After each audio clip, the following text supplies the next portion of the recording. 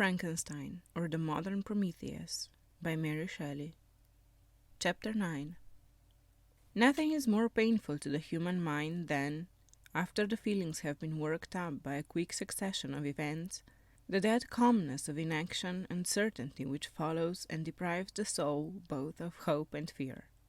Justine died, she rested, the blood flowed freely in my veins, but a weight of despair and remorse pressed on my heart which nothing could remove. Sleep fled from my eyes. I wandered like an evil spirit, for I had committed deeds of mischief beyond description horrible, and more, much more, I persuaded myself, was yet behind. Yet my heart overflowed with kindness and the love of virtue. I had begun life with benevolent intentions, and thirsted for the moment when I should put them in practice and make myself useful to my fellow beings. Now all was blasted.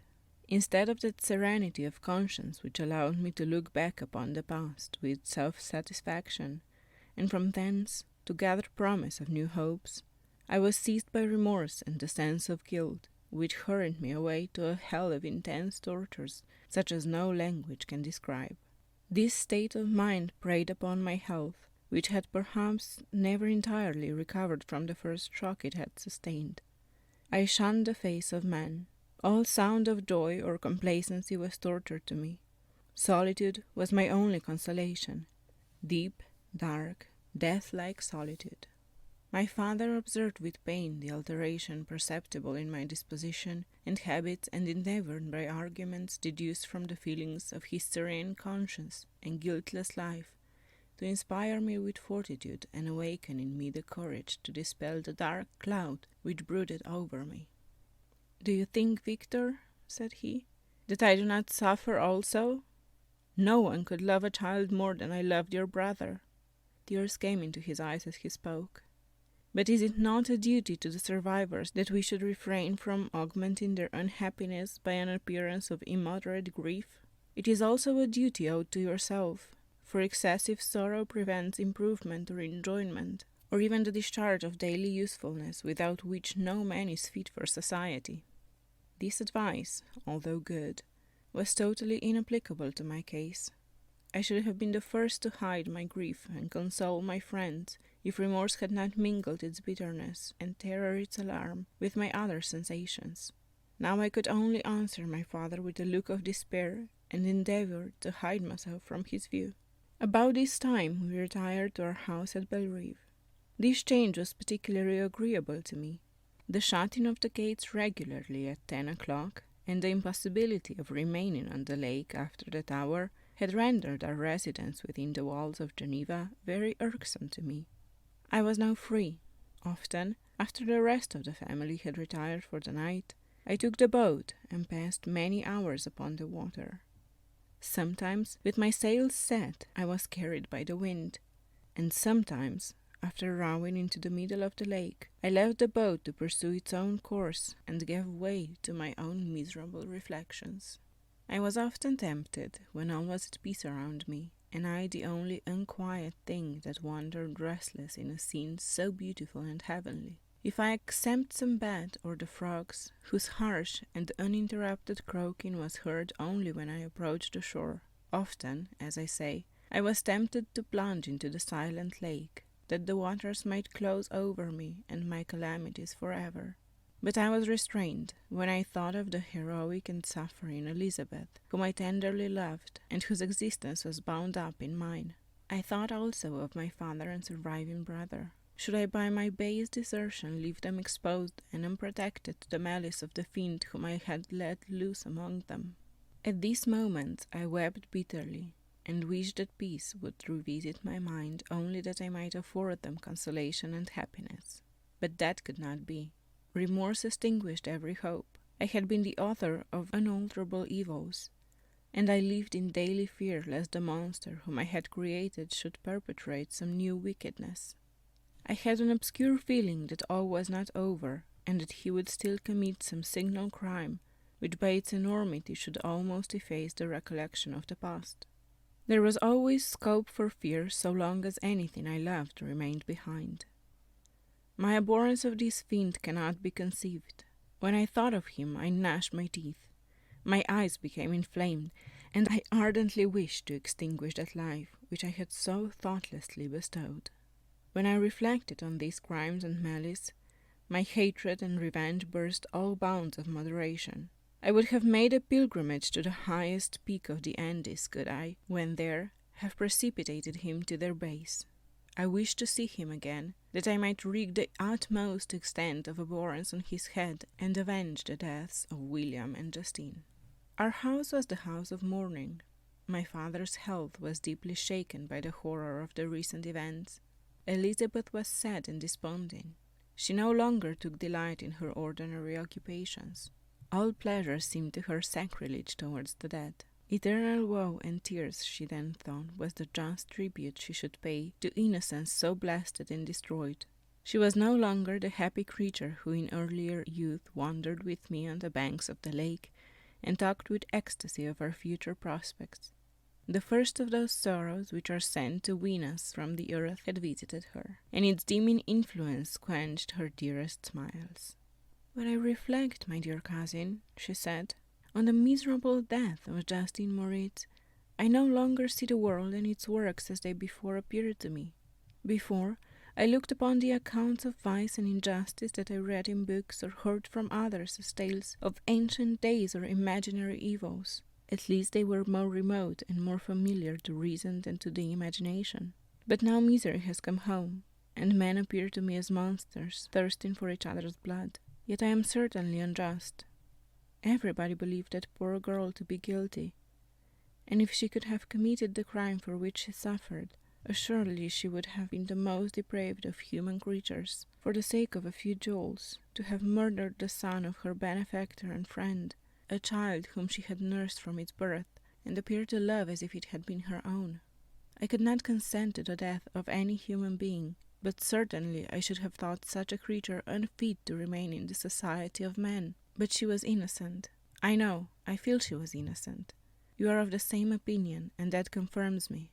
Alas, Victor, when falsehood can look so like the truth, who can assure themselves of certain happiness? I feel as if I were walking on the edge of a precipice, towards which thousands are crowding and endeavoring to plunge me into the abyss. William and Justine were assassinated, and the murderer escapes. He walks about the world free, and perhaps respected, but even if I were condemned to suffer on the scaffold for the same crimes, I would not change places with such a wretch. I listened to this discourse with the extremest agony.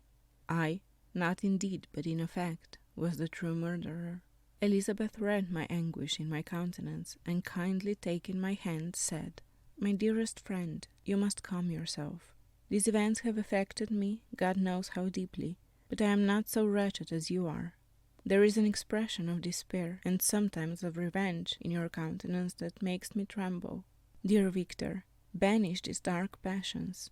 Remember the friends around you, who center all their hopes in you. Have we lost the power of rendering you happy? Ah, while we love, while we are true to each other, here in this land of peace and beauty, your native country, we may reap every tranquil blessing. What can disturb our peace?" And could not such words from her whom I fondly prized before every other gift of fortune suffice to chase away the fiend that lurked in my heart? Even as she spoke, I drew near to her, as if in terror, lest at that very moment the destroyer had been near to rob me of her. Thus not the tenderness of friendship, nor the beauty of earth, nor of heaven, could redeem my soul from woe. The very accents of love were ineffectual. I was encompassed by a cloud which no beneficial influence could penetrate. The wounded deer, dragging its fainting limbs to some untrodden brake, there to gaze upon the arrow which had pierced it, and to die, was but a type of me. Sometimes I could cope with the sullen despair that overwhelmed me, but sometimes the whirlwind passions of my soul drove me to seek, by bodily exercise and by change of place, some relief from my intolerable sensations. It was during an excess of this kind that I suddenly left my home, and bending my steps towards the near alpine valleys, sought in the magnificence, the eternity of such scenes, to forget myself and my ephemeral because human sorrows. My wanderings were directed towards the valley of Chamonix. I had visited it frequently during my boyhood. 6 years had passed since then. I was a wreck, but naught had changed in those savage and enduring scenes. I performed the first part of my journey on horseback. I afterwards hired a mule, as the more sure-footed and lessly liable to receive injury on these rugged roads. The weather was fine. It was about the middle of the month of August, nearly 2 months after the death of Justine, that miserable epoch from which I dated all my woe. The weight upon my spirit was sensibly lightened as I plunged yet deeper in the ravine of Arve. The immense mountains and precipices that overhung me on every side, the sound of the river raging amongst the rocks, and the dashing of the waterfalls around spoke of a power mighty as omnipotence, and I ceased to fear or to bend before any being less almighty than that which had created and ruled these elements, here displayed in their most terrific guise. Still, as I ascended higher, the valley assumed a more magnificent and astonishing character. Ruined castles hanging on the precipices of piny mountains, the impetuous Arve, and cottages every here and there peeping forth from among the trees, formed a scene of singular beauty. It was augmented and rendered sublime by the mighty Alps, whose white and shining pyramids and domes towered above all, as belonging to another earth, the habitations of another race of beings. I passed the bridge of Pelissier, where the ravine which the river forms opened before me, and I began to ascend the mountain that overhangs it.